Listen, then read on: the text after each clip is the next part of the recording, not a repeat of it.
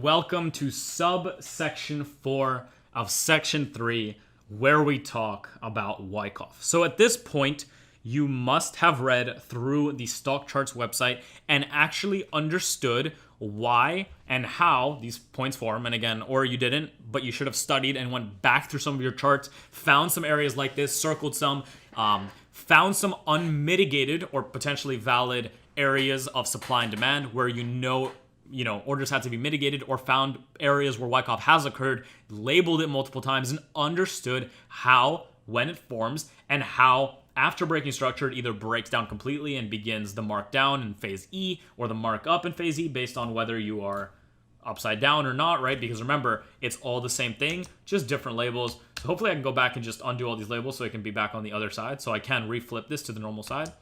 There we go. Right. There we go. Perfect. So yeah, this is the accumulation and this is distribution. Hopefully you understand this now, because as I now talk through price and work through it, I'm not going to go through and, showcase every single point. We will with webinars and things of that nature, because it's not something that's really easy to catch up on, especially if you've been watching this section without kind of going back into your own charts and looking at these places.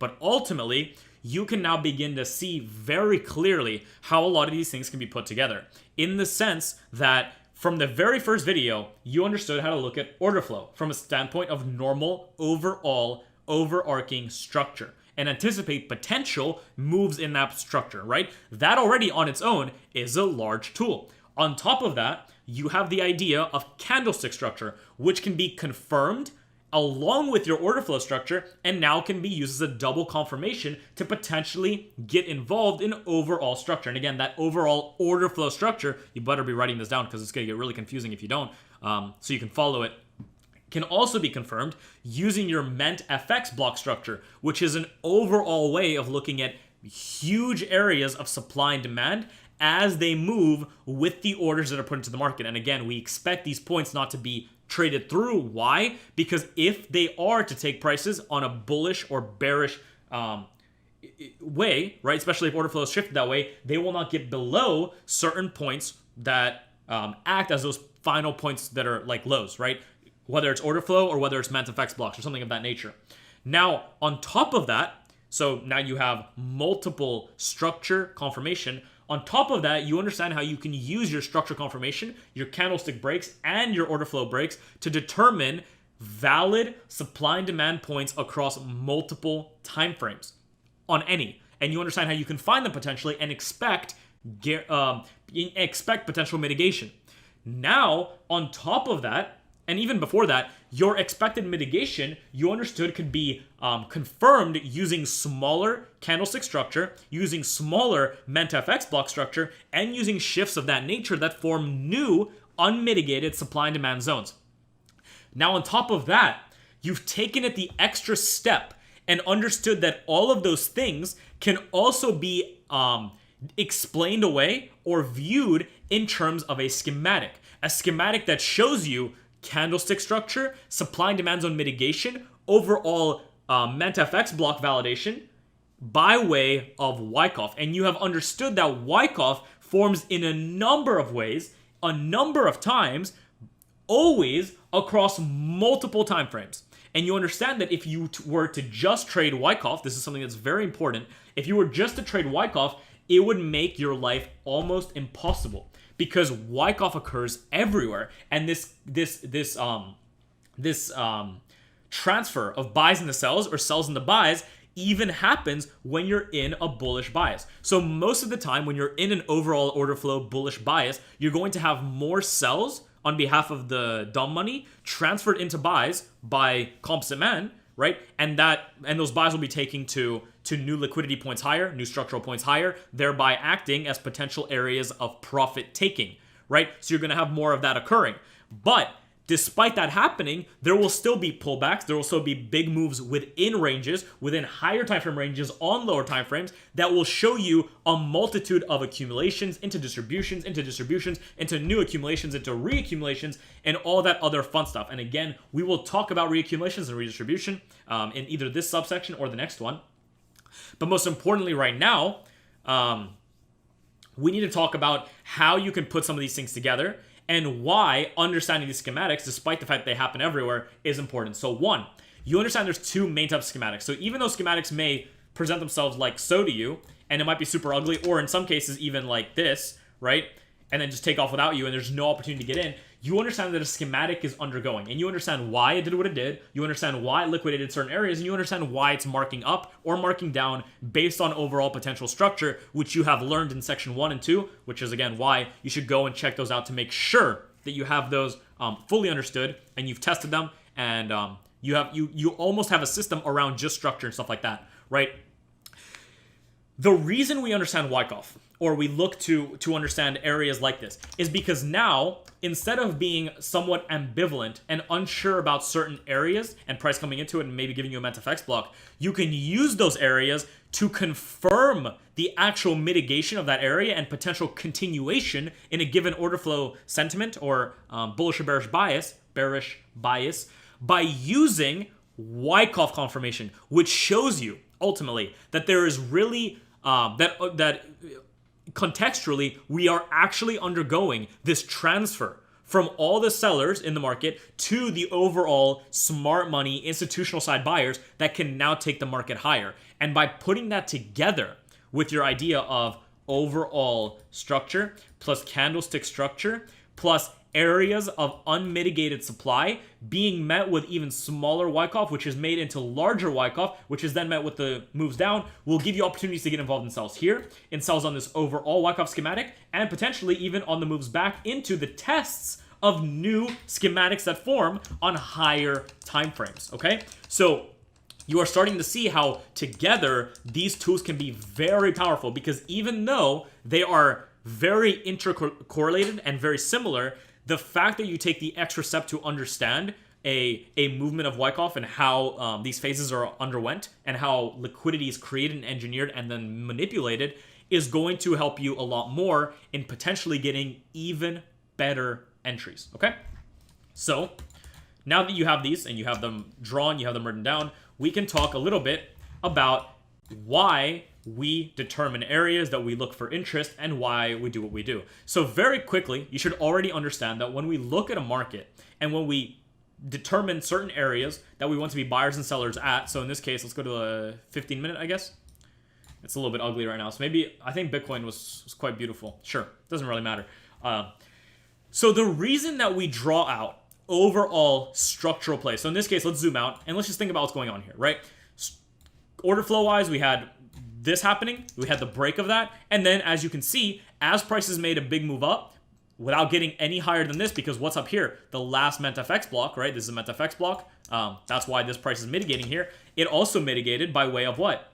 Wyckoff, okay? And it also created that order flow point. Moved lower, created a new order flow point. Moved lower, created a new potential order flow point. Now, the reason we have areas that we draw in, the reason we understand points of interest on behalf of supply and demand zones that were created with unmitigated points is because we also know that Wyckoff happens everywhere. And because it happens everywhere, it's hard to trade on its own. But when you partner that with an idea about where you believe price is going to go, which we call a bias, when you partner your bias with Wyckoff confirmation and you have Wyckoff undergo its distribution or accumulation, so transferring those buys to sells or sells to buy in your area, your confirmation and the probability of price holding as per your bias increases dramatically. And as a result, you are able to either continue to wait for more confirmation and get even better RR, or confirm certain areas based on all the price action that's happening to get involved at those areas. So as you can see, price has been breaking down relatively. So let's maybe go to a 4 hour so we can see this a little bit better. But on Bitcoin itself, okay, and again, we will do some weekly outlooks together in the webinar, and we'll keep doing that. But as you can see, when price finally made the shift, which on this time frame was done with the shift of the overall, so this would be like a break of structure, right? When this overall break of structure happened, the point we left behind, as you can see, that's unmitigated, no question about it, is this last up move before the down move. And if we draw that out, just like so, you can see exactly where price mitigated. Now, again, you could have had sells that look something like this, right? And this would be very risky. and it's a 1 to 2.8, which is fine. It's still positive RR, but this is significantly more risky than waiting for potential mitigation that might give you extra confluence. Now, itself, we know, based on the snowflake rule, that you can see the mitigation here, there is Wyckoff here, but it's very, very ugly on the 4 hour.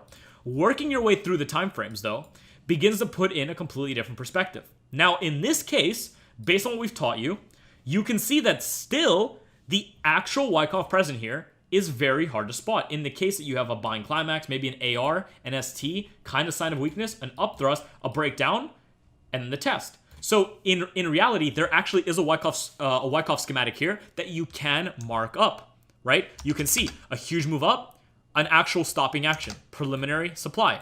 A move up to the buying climax. A move down to your first swing, that's your AR. To the move up, that comes and tests the BC, or around it, or under it, that's the ST. The move down, that creates a sign of weakness in phase B. The move up, that liquidates it, that makes the UT. And the breakdown, which is a sign of weakness, that breaks structure. And after that, we have this move back up to test the final areas of supply left behind, right? And that's already an even more valid sell. So already, just by waiting a little bit on this lower time frame, and again, this can happen on any time frame, you validated a potential schematic that now can be traded at the last up move before the down move. So now, that same setup that was a sell, that same sell at this point, exactly from the same area pretty much, has now, instead of become a 1 to 2.8, at the same low, which is structure, has become a 1 to 5. You've doubled your potential gain on this by waiting. Now, similarly, you get even lower and use the same area as a potential area of interest, and instead of not getting involved, you wait. What do you begin to see? You again see your big move up, a potential stopping action, a potential buying climax, right? But then nothing really happens. So this could be your stopping action, okay? Boom, buying climax. Huge move down, you get a new swing. That's your AR. Right, so again, I'm not going to label this perfectly for you, only because we've went over the in-depth labeling. So you should be able to see the labels as I do this. And actually, I will label this for you. But again, you move this up. You take this up higher. Secondary test. Fantastic. UT. Now, what's interesting is at this point, notice what price does. It does break below. And at that point, you are confirmed for potentially this Wyckoff to hold. And in this case, I might have even sold on this pullback to come and take it lower. Wyckoff will not always give you perfect setups. And oftentimes, when you have a sign of weakness, you can write this down too, you want to see the sign of weakness actually show you that real sellers are entering the market. What I mean by that is if this move here closed here or even came lower, then I'd be even more happy to go with the sell. But because of this and the way it's moved, I would actually most likely look for a confirmation within here, which you can see we possibly never got due to this.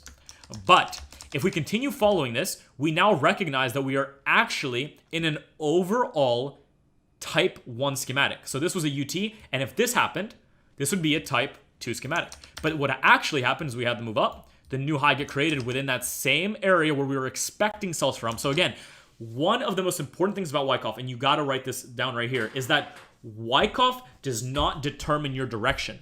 Wyckoff confirms your direction. That's it.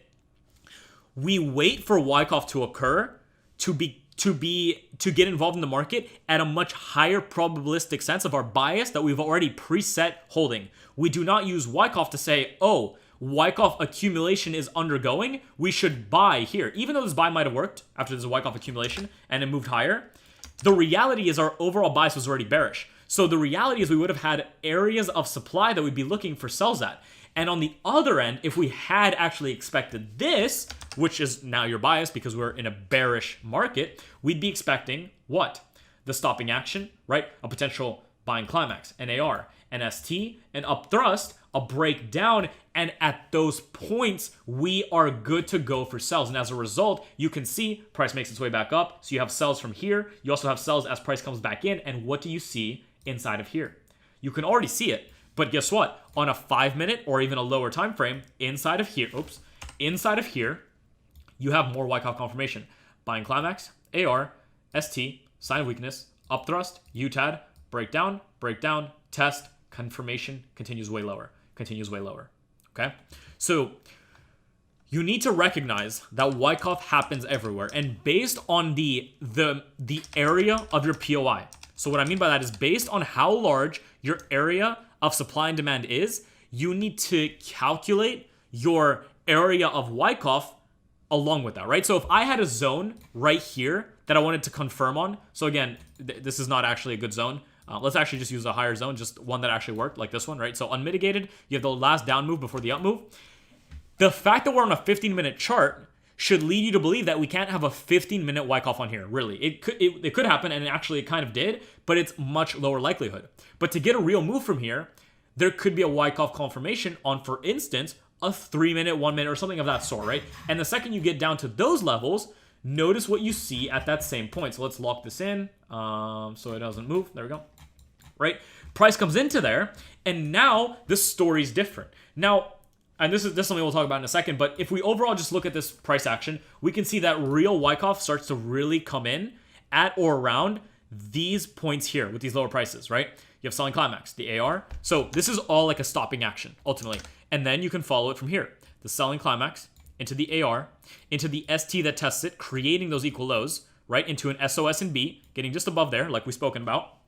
Creating that ST in phase B that acts as a spring, but we don't know that yet until this comes in and this comes in. This is now your sign of strength. This is your sign of strength. And now your last areas of demand, which are also parts of this MentFX block, which is a shift, which are also parts of this demand zone, right? This overall demand zone shift in candlestick structure is where you see price come to test it. And if we use that as an area that was a demand zone, notice how if we zoom in, there's Wyckoff here as well.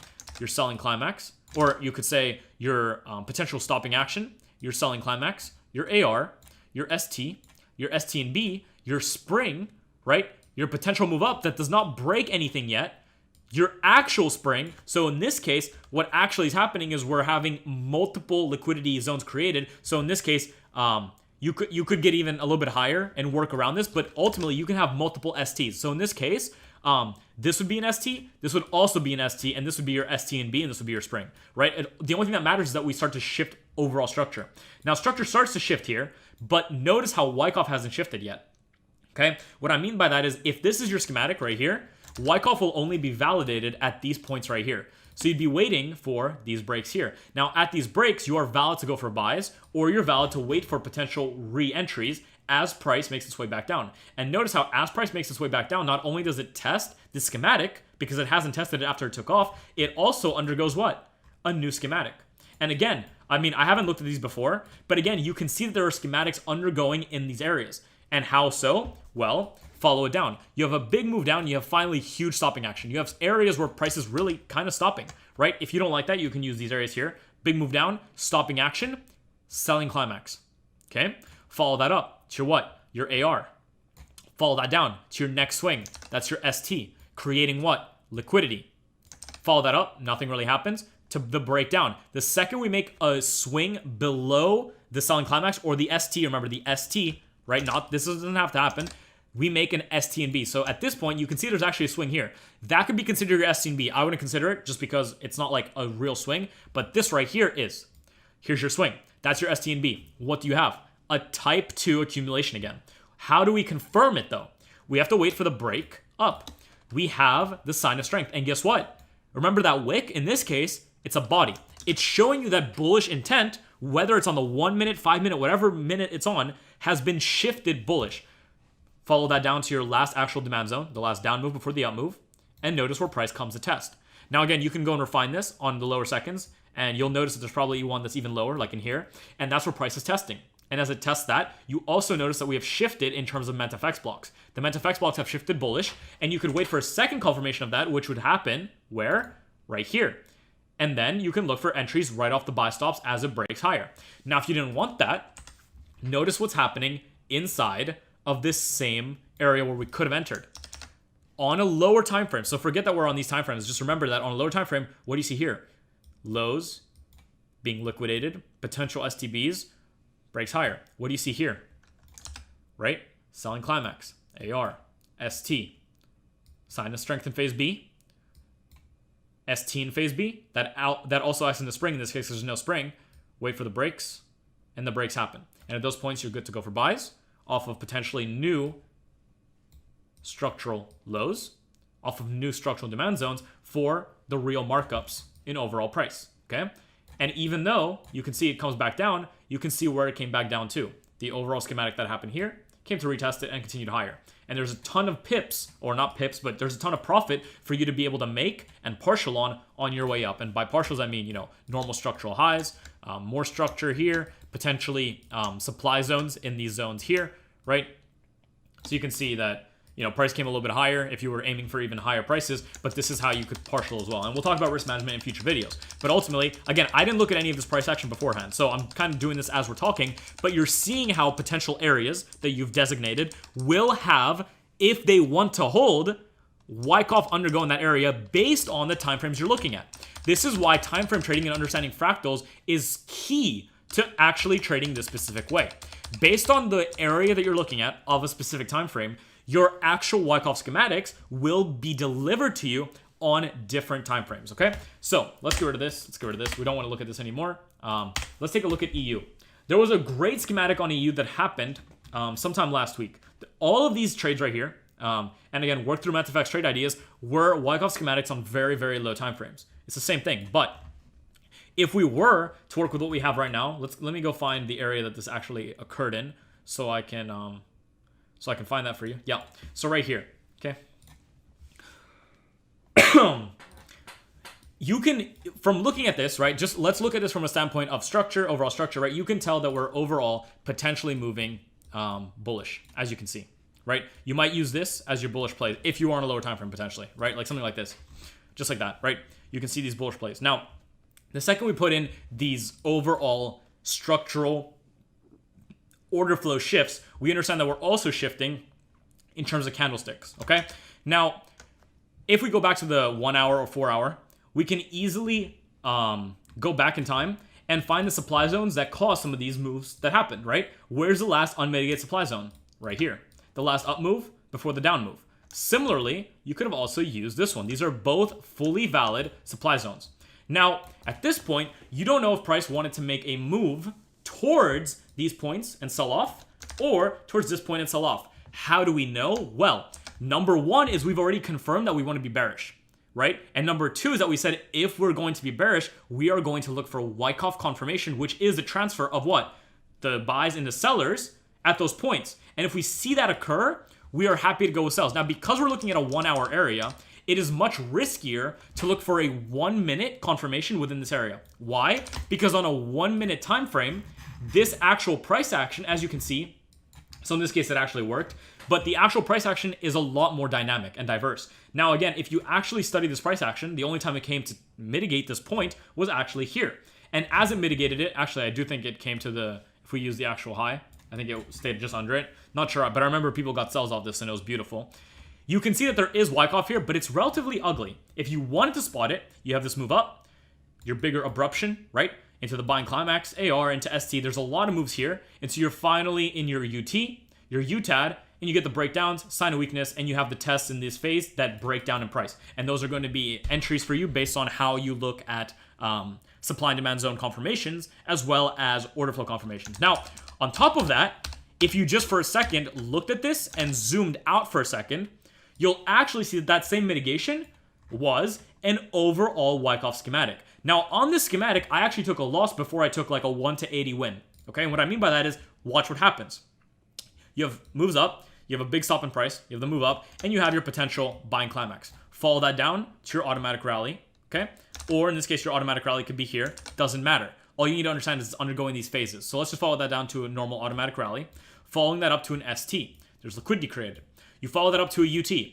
Right now, this UT did not tap into the actual point. I thought it did, so when I took the sell off of this break right here, I took a loss on this move back up. That's fine, it'll happen, okay?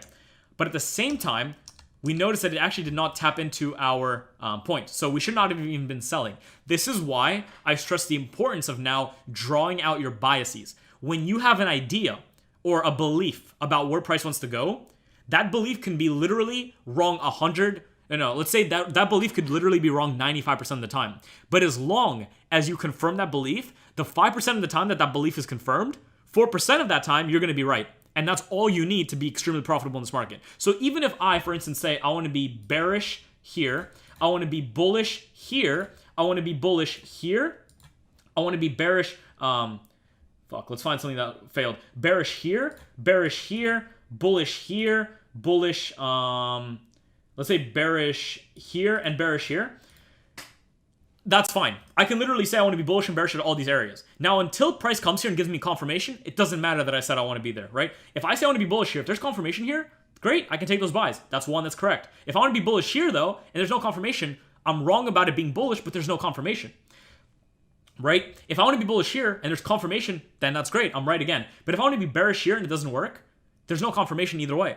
Most of the time, if you want to be bullish or bearish from an area, the only thing that will actually make you wrong is when you do wait for your confirmation that shows you that price is actually undergoing an area of accumulation distribution based on the schematics we spoke about. And if it undergoes that, should you be looking to get involved yourself? Because when it undergoes that from an area you believe it could be potentially bullish or bearish, then you know it's confirmed, right? Just because I have an area and price comes into it does not mean it's supposed to do this, right? Price can easily go, right? But this does not make me wrong. That's it. All you need, though, is we might be undergoing it. Oh, we've really undergone it. Oh, we really are. I want to look for tests, or I want to get involved in the supply and demand zones that form along the way and take that up. And as I do, I want to partial on the way, trade it to potential supply zones, whatever it may be, and you trade to those zones, okay? That's how Wyckoff should be used. So in this specific case, even though Wyckoff kind of occurred in the type 2 schematic here, the fact that it did not tap the actual supply zone that you expected sells from means that you should not have been looking to be interested at these areas. But then price really did make a run for those highs. Now notice something interesting. We do have Wyckoff here. Now again, if I go to a higher time frame, notice what we still have. Wyckoff. Notice how the Wyckoff will still show itself to you on any and multiple time frames. The only difference is how you spot it and how the swings in it are kind of looking in terms of the cleanliness of the actual schematic. So in this case, it's actually more clean to look at it on a 15 minutes. How so? You have the move up into your buying climax, your move down into your automatic rally, right? Your move up into the secondary test, testing the areas of the buying climax. You move up into a UT that might be a type 2, but never tapped into the supply zone. So you're still expecting bearishness from here or from here, okay? Your potential sign of weakness in phase B, because you don't expect this to be the area that actually functions as a break lower, especially since, guess what? There's no momentum. Remember what we said? This is a wick. It's more of a liquidity grab than it is momentum. Momentum is shown you by literal pushes in a certain direction. When there's pushes, you know that you want to go that way. Okay, that's the idea of studying volume as well. We don't study volume because we can look at the candles to understand what volume is coming into the market. That's also something very vital. Wyckoff can be used with volume. Many people do. You do not need it. It's bullshit that you need it. You can see the same type of thing in candles, the way they form for you, and the way they confirm as they leave behind unmitigated supply and demand zones. So remember, the higher time frames gave us areas that gave us the opportunity to believe that price could be bearish at this area and this area. All we need to wait for now is the confirmation on behalf of Wyckoff. Why? Because that's showing us that that area is acting as a real point of mitigation that will also be a part of a larger move that will meet us with lower prices because they've transferred the buy orders on behalf of dumb money to the sell orders on behalf of the composite man. And the impulses and the way the price moves away and begins to break down in structure, as well as how it liquidates certain points, are what are going to function as the confirmations and the validations of overall distribution or accumulation schematics. So in this case, we are bearish. We make that UT. Now this sign of weakness is not powerful enough. It's just a sign of weakness in phase B. We follow that up. We make our UTAD. Okay. Now at this point, we are still not valid for buys. For sells. Sorry. I myself got sells inside of this move down right here. There were 1 to 80 sells that we took down lower into the demand zones here. Now the reason I took sells here was not because there was a potential Wyckoff. This Wyckoff should only, if you're only trading this markup of this Wyckoff, you should only be trading it when it validates it with this move down. Now, the reason I was able to get involved in these areas here is because on a lower time frame within those same areas, I think it was on a 5-second chart, but I'm not going to go find that right now. Inside of here, what you have is you have breakdowns in price that are met with Wyckoff schematics inside of price action. So inside of here, on an even lower time frame, are Wyckoff schematics. Because remember, Wyckoff schematics can form in multiple time frames inside of schematics and outside of schematics. Let's talk about that for 1 second. You have to take notes on this. Please do. Please don't forget to. It's going to be a very simple thing. It's something that I've shared in the Discord, but now it's something that you should actually understand. And what I mean by that is, let's take a normal Wyckoff schematic, okay? You have a move coming down, and you have finally a big move that makes your preliminary support, right? There's a big move back. Then you have finally your, what? Selling climax, right? Your selling climax comes and gets made, right? It's a large selling climax, okay? We move that up, and it makes some kind of an AR, right? The AR comes down and makes maybe an ST, right? Comes up, maybe makes a, an area that tests the previous AR, breaks down to make an ST in phase B, right? Breaks up to make the what? Let's say this is a type 2 schematic. Comes to break and make a new sign of strength, right? Comes down, tests it, maybe even comes lower to test it, and then takes off, right? And makes the markup. And this is the mark. Oh my God, excuse my terrible handwriting. This right here is your markup, okay? Now, this overall is a schematic. We zoom out, and it's easier to see, right? So, I mean, it's harder to see because I'm zooming out, but if you actually look at the moves in here, right? Boom, boom, here. PS, selling climax, AR, ST, some kind of sign of strength, but doesn't get above the AR. ST and B, break above, shifting structure with impulse, thereby showing you that it's most likely an accumulation, the move back to test, continuation. Now what's interesting is the second we dive into it on a lower time frame, that same area begins to show us a little bit more. What do I mean by that? This same selling climax. Oh, sorry. Preliminary support, right? The large backup in price. The large selling climax. The AR, okay? The ST, creating liquidity, okay? The potential SOS and B, but not really, nothing really. The ST, the ST in phase B, okay? The sign of strength, the test, and the markup. Now what's interesting is the second you really get to a lower time frame, like I said, time frames do not determine your Wyckoff. You just need to determine them based on the actual movement of price. The second you zoom in, you notice something significantly more interesting. What do you notice? Right? Buying climax, AR, ST, sign of weakness in phase B, upthrust, test, LPS, and inside of there is another schematic, LPS, breakdown. As we get down to that selling climax, what do?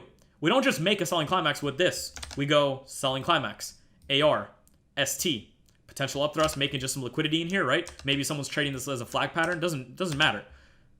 ST in phase B, that is part of this overall selling climax, right? Test, before breaks, sign of strength, validating the schematic with an overall meant FX block break as well. Remember, because all of these things are part of the same idea. As it liquidated all these lows, created all these demand zones, left behind demand zones in here potentially, right?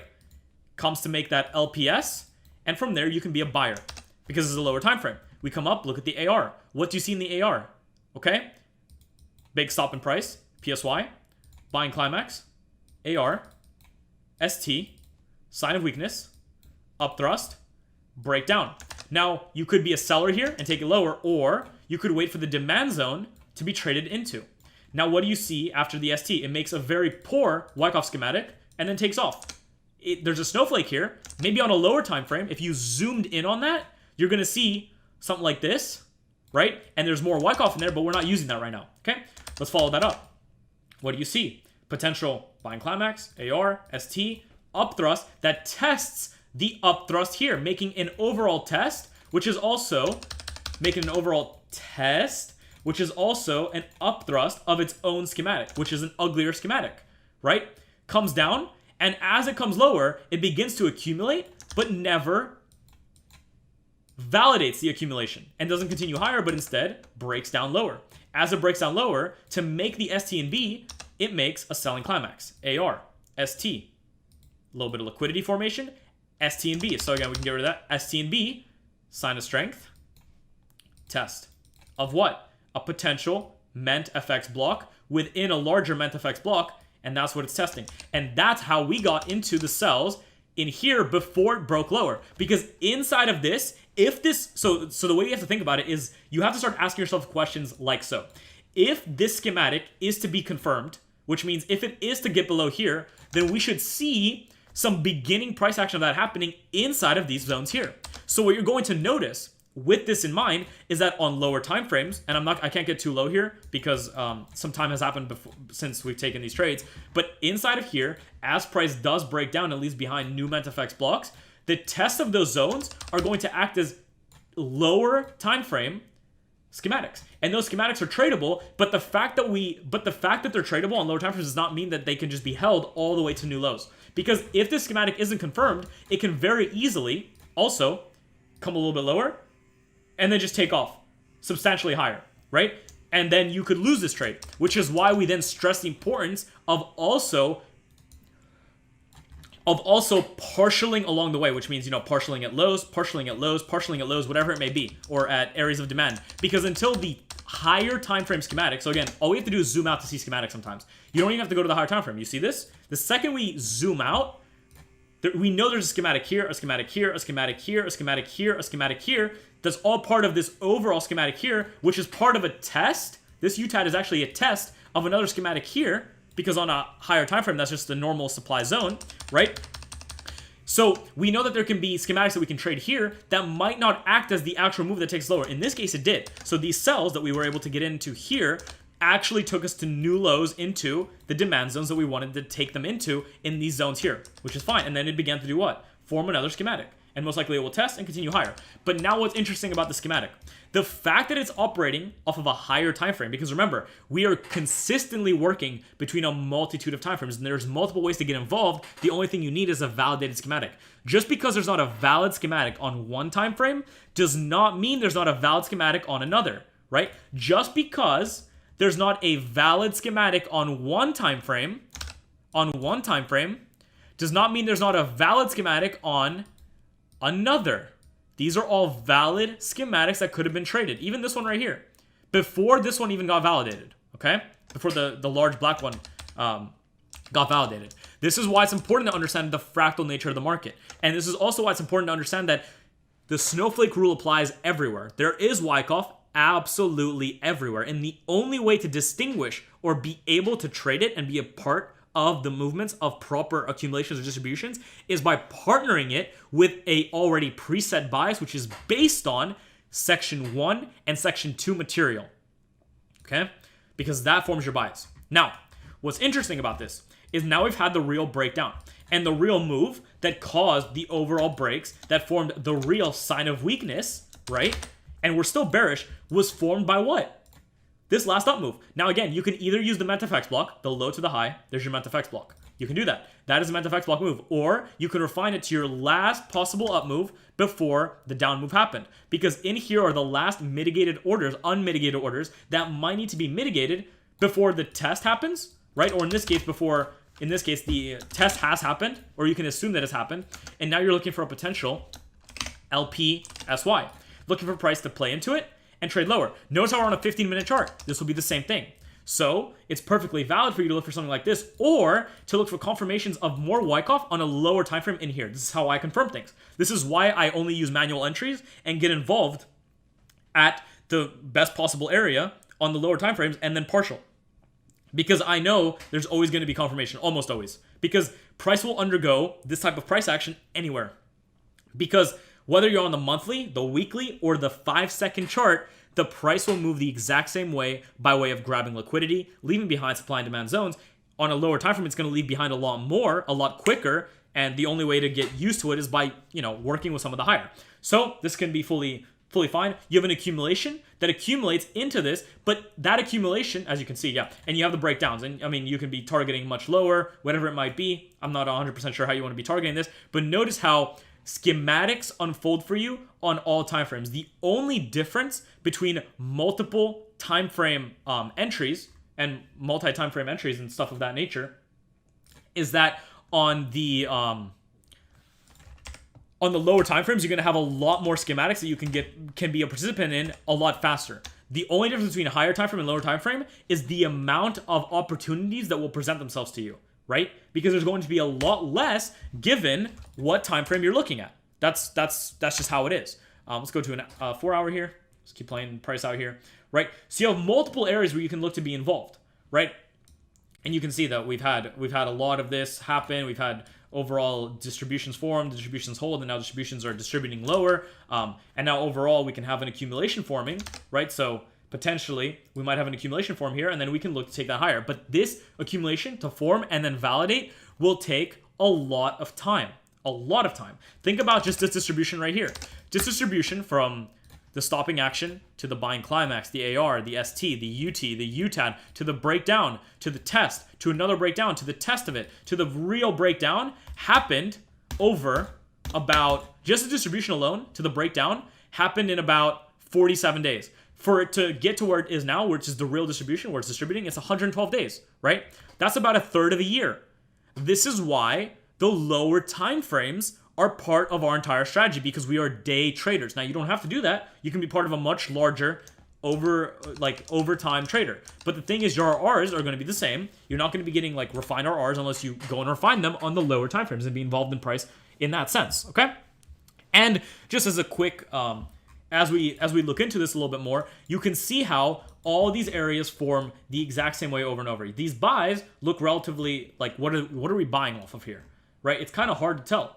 What are we buying off here? You can't really tell. But the second we go into it, and oh no, please don't lag out. That would suck if it does. Hopefully it comes back in a second. There we go. Fantastic. So the second we actually get lower, maybe to like a 30-second, and get into what price was doing in these areas, our overall perception of the actual setups here changes. We start to see the accumulations occurring, right? We see potential breaks, we see the demand zones, and we see the accumulations occurring in these areas. Now, not all of them are clean. There's an accumulation here, right? There's accumulation here. I think this is actually the accumulation I traded, but on a lower time frame. Let's find out. Right? As we get even lower, notice what you're starting to see. More accumulations. You're seeing them present themselves. 5-second chart, you're going to see even more, right? Why is this? Because the inner workings of price action will consistently form for you multi-level accumulations, distributions, and things of that nature. Now, again, see how this 5-second chart formed a distribution here. But that distribution wasn't important to us because we were expecting, or at least I was expecting, bullish price action based on what? Section 1 and Section 2. And as price came into these lower points, what is it testing when it's here? Look at this. It's an overall accumulation. How so? Follow it. Selling climax. Okay? Or actually, big move down, stopping action. Preliminary support. Big move down, selling climax. Move up to the next swing, AR. Move down to the ST that doesn't get below, forming liquidity. Follow that up to the sign of strength in phase B. Follow that down to the ST and B that liquidates the ST. Follow that down to the spring that liquidates everything. Okay? Now, wait for the sign of strength that breaks past everything. As it breaks, you have the opportunity to get involved already at retests. Like you see, we got involved on the retest of the schematic and took it higher with the low in mind. It looks large, but when you zoom out, you realize how tiny that area actually is. And the RR presented to you is much greater. You zoom back in, and you recognize that you could have gotten involved on any of these, as we did, right? Because what was this buy right here based off? This buy wasn't based on this schematic. It was based on what? The previous schematic right here. Follow it back. Notice what happened. Even though this is an uglier schematic, and honestly, I probably shouldn't have bought this one. This was a little bit dumber. I bought it more based on the structural pushes higher, because at the same time that there wasn't really Wyckoff here, what is there? Big move down, move up. Mitigation of that, move up. What is that? Double Ment FX block confirmation. Good to enter at the open. Notice where the stop loss is. The stop loss is a little bit wrong. I'm sorry. Just below the lows. So again, when we do this, I do it manually. So I watch this, and if price comes down through it, I close my trades out. But I enter them with a little bit less risk. So as you can see, price breaks higher, and again, it undergoes distribution here, right? Potentially you have a buying climax, AR, an ST, an upthrust, then a mini UTAD, a breakdown, and look at this. There's actually opportunities to take this lower, but there's no point for me because I'm looking for buys. And as it comes lower, what does it do? It undergoes a very, very ugly accumulation, right? But it's testing this accumulation, which is why we bought it. Okay, so these will happen everywhere. Doesn't matter what you look at. Now, there's also a 1 minute accumulation that I bought. Now, the accumulation that I bought wasn't a great RR, but the accumulation still stands. Let's talk about it, because I know that these 5 seconds can get very confusing for some people. Okay, let's zoom out here. Let's go into here. Let's take a look at where it was. Yep, there it is. Fantastic. So let's think about what happened here. We had on a higher time frame the same thing, right? We have a higher time frame, and we have an area where price is beginning to break and leaving behind unmitigated demand zones. Remember, a wick that goes below some kind of liquidity before and then continues higher is an unmitigated demand zone. Now, as price comes into that demand zone, notice what happens. Notice price action. This is the formation of a potential schematic. Try to label it. Do it either with me or without me, but let's label it now, okay? Preliminary supply. Preliminary support, doesn't matter, either one. Big move down, huge stopping action, preliminary support. Okay, great. Follow down. Where's the next move? Maybe selling climax, but then no, bigger move down. Okay, selling climax, fantastic. Your selling climax is here. Follow that up. AR, fantastic. Follow that down to your next swing. It could be here, but it's not really a swing. This is your next swing. Remember, your ST is usually going to be inside of the selling climax or a little bit above it, but it can go outside. That does not change it. It just means that the liquidity is being engineered a different way. For retail in this case, if you want to think about it, there's liquidity being engineered inside of this overall thing. So the reason for this as an ST is that retail is looking to continue buy and sell this overall channel or whatever they want to call it, right? There's always a retail explanation for the way liquidity is being created. But the reason that what we do works is because when we get involved, we're literally getting involved on potential liquidations of other people. So if there is a liquidation, there's also a higher chance that that liquidation holds and then moves in our presumed direction, especially when our presumed direction is based on a higher time frame area plus a lower time frame confirmation. So let's follow this again, right? Let's consider it all. Preliminary support. Follow that down to your selling climax. Follow that up to your automatic rally. Follow that straight down to your ST, which can be lower, but it's liquidity. Follow that up to what? Your sign of strike in phase B. That does not always happen, okay? But you can see that's why I use that as a BOS. Follow that down to your what? ST and B. Does it liquidate it? It does, but also it acts as now what? Liquidity. So now it's starting to bottom out in liquidity. And then what? You have your last down move through the lows. Now what's interesting, again, so you know already that this is your spring. Now what's interesting is, why was I taking buys here before it got above and validated the schematic? Because on lower time frames, there are schematics that are validated within this price action. And you can see them. We can already see them. There's a schematic here, a schematic here, a schematic here, a schematic here, even schematics in here that were all validated and could have been traded. And they were in line with your buys. Now, these are more risky. Why? Because they're further away from price. But because you're expecting this schematic to validate, these schematics are that much more powerful because they can be part of that validation, which are already part of larger RR trades. Okay? So in this case, you can now look at a 1 minute Wyckoff schematic, right? You can see how Wyckoff schematics present themselves absolutely everywhere. And it's impossible, at least for me, maybe for some of you, Houdini motherfuckers, it's going to be a lot easier. But for me, at least, I cannot look at a schematic and get involved on it. Maybe some people that use volume can, but for me, what's most important is understanding where I want to head, how I want to head there, and then using Wyckoff to see the orders transfer from one party to another and then get involved on the actual impulsive validation of that transfer. That is how you should be trading the markets. And that is what will always give you an edge, because you need to recognize that when you get involved on Wyckoff, what you're really doing is getting involved in the potential area that people got mitigated out of, right? That they got liquidated out of. On also potential mitigations of larger orders. And if you know that, then you know that over enough time, over a span of enough proper entries and proper management, you are set up for ultimately success. But that success will only come from proper backtesting. So in this case, what happens? We get all this and we get the real move up. Now what happened is I had these buys, but I also got into another buy where? On the break of this buy with a buy stop, because after this is validated, we have a valid schematic. Now again, this RR right here is not good. I partialed the original trade of this one, not of these. These were partial too at much better RRs, but this one was partialed where? At this supply zone, because there's no telling that price really did want to break higher. What actually happened is I actually partialed out 1-to-1. I had it closed when I was away. But 1-to-1 off of a schematic is one of the ways that Wyckoff himself, the actual guy, used to trade. So I use that myself sometimes in my trading with lower risk on the positions, and then get involved on better risk within smaller confirmed areas, right? So there's a multitude of ways to get involved on this, but the first thing you need to understand is that Wyckoff occurs everywhere. And because it occurs everywhere, you need to have a way to validate your Wyckoff, right? And an area that you want to validate it inside of. Because if you just trade Wyckoff, it's going to be a fucking hassle. You are going to get so confused, and it will be confusing. Now, you're going to have some lucky ones if you just try to trade Wyckoff, but unless you're looking at overall movement and you're looking at overall areas you want to be involved in, it's going to become relatively complex to spot Wyckoff, which is why people that do learn Wyckoff find a lot of hardship with it and find it to be somewhat complex without recognizing that it's nothing more than everything they've studied thus far with the proper confirmation and understanding of what is actually undergoing in a given range. So thank you for watching, guys, and I will see you in the next subsection where we will talk a little bit about reaccumulations, redistributions, and kind of why they are less important to you than you really think, okay? So we'll see you guys in that one.